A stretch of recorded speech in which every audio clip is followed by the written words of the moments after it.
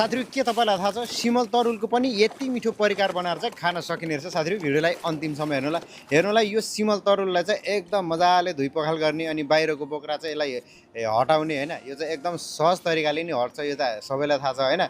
अब हामी नेपालमा चाहिँ अब यसलाई उसिनेर मात्रै खाइन्छ भने चाइनिजहरुले चाहिँ अब यसलाई चाहिँ यो बाहिरको बोक्रा हटाइसकेपछि चाहिँ मजाले चाहिँ यसलाई चाहिँ अब ढुङ्गामा चाहिँ रगड्दो रहेछ के यस्तो तरिकाले हैन। मजाले ढुङ्गामा चाहिँ रगडेर चाहिँ यसलाई एकदम मसिनो पिठो बनाउँदो रहेछ हैन। हेर्नुस् ल है। अब यिनीहरूले चाहिँ अब हामी नेपालीहरूले चाहिँ फेरि लबरको भाँडाहरू रेडिमेड भाँडाहरू चाहिँ प्रयोग गरिन्छ, तर यिनीहरूले चाहिँ अब काठको के आफूले बनाएको काठको अनि माटोको भाँडाहरू मात्रै प्रयोग गर्छ है। अनि हेर्नुलाई अब यसरी चाहिँ मजासँगले फेरि यो कपडामा राखेर चाहिँ यसलाई छान्दो रहेछ कि हैन। अब त मजाले अब यो रस चाहिँ अब हटाउने अनि भित्रको गुदी चाहिँ राख्ने। अब यस्तो तरिकाले राखिसकेपछि चाहिँ मजासँगले चाहिँ के गर्दो रहेछ भने हैन, अब यसलाई चाहिँ फेरि लगेर माटोको भाँडामा राख्दो रहेछ हैन। माटोको भाँडामा चाहिँ राखिसकेपछि एक रात राख्दो रहेछ अनि भोलि बिहानी फेरि हेर्दाखेरि चाहिँ यो एकदम पानी चाहिँ अब तैरिसकेको छ नि त, भित्र जाम पनि भइसकेको छ हैन। अनि हेर्नु होला अब भित्र हेर्नु होला एकदम मजाले चाहिँ जमिरहेछ कि यो हेर्दाखेरि पनि एकदम राम्रो छ। हेर्नु त यत्रो जाम भएर बसिरहेछ। अब यसलाई चाहिँ फेरि ल्याएर चाहिँ यसरी चाहिँ कपडामा मजाले सुकाउँदो रहेछ कि हैन। सुकाएपछि त यो त एकदम राम्रो पिठो हुन्छ नि त।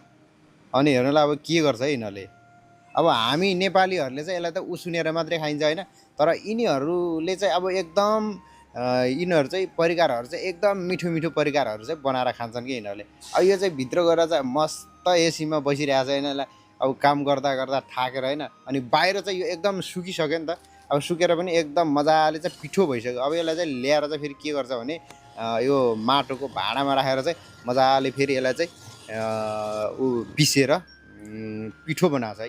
अब पिठो बनिसकेपछि फेरि अब यसले चाहिँ मजाले छान्दैछ है। अब हेर्नुलाई छान्ने पनि अब यो छान्ने पनि अब हामीले चाहिँ बजारमा किन्छौँ भने यिनीहरूले चाहिँ बाँसको आफै बनाउँदो रहेछन् कि।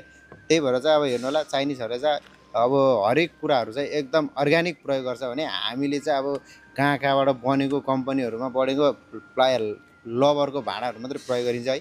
अब हेर्नुलाई यो चाहिँ मजाले पिठोले मिचेर चाहिँ यसरी मसिनो दाना बनाउँदैछ है साथीहरू। हेर्नु है त। अब यिनीहरू फेरि अल्छी पनि नमान्ने के मेन कुरो चाहिँ हामी नेपालीहरू चाहिँ प्रायः अल्छी मानिदिन्छ है। अब यो परिकार यत्रो मसिनो दाना बनाउँदा ओर्दा त हामीले त त्यो उसिनेर पनि खाएर पनि अब कहाँ पुगिसकेको हुन्छ, कति काम गरिसकेको हुन्छ। यसलाई चाहिँ फेरि अनि यस्तो मसिनो दाना बनाएर चाहिँ फेरि लिएर पानीमा चाहिँ यसलाई चाहिँ उमाल्दो रहेछ हैन। उमालिसकेपछि चाहिँ हेर्दाखेरि पनि एकदम दामी एकदम है, यो त जाउलो जस्तै हुँदो रहेछ क्या। ल हेर्नुहोस् त वाउ। अनि फेरि यसलाई मजासँगले चाहिँ पानीमा धुइ पखाल गर्दो रहेछ। त्यस पछाडि अनि चाहिँ यस हरेक कुराहरू फलफुलहरू पनि काटेर लिएर अब यसलाई चाहिँ के गर्दो रहेछ भनिसकेपछि हेर्नु होला अब त्यसलाई पनि त्यहाँ राख्दो रहेछ। अनि त्यहाँ आइसहरू लगाएर ल हेर्नुहोस् त अघिको त्यो रसहरू ल्याएर ओहो यो त जुस बनाएर पो खाँदो रहेछ त। ओहो ल हेर्नुहोस् त अब यो सिमल तरुलको पनि यति मिठो जुसहरू पनि बनाएर चाहिँ खान सकिने रहेछ साथी। वाह हेर्नुहोस् त हेर्दाखेरि पनि एकदम राम्रो। यो पुदिना हेर्नुहोस् त अब जुनै देशमा पनि पुदिनालाई चाहिँ खाँदो रहेछ साथी। ल हेर्नुहोस् त ओहो यति मिठो परिकार बनाएर चाहिँ जुसहरू बनाएर खाँदो रहेछ साथीहरू यो सिमल तरुलकै साथीहरू। ओहो हामी बनाएर यो खान सकिन्छ त? हामी चाहिँ खान सकिन्न, किनभने यो एकदम अल्छी हो। यो धेरै समय पनि लाग्दो रहेछ है।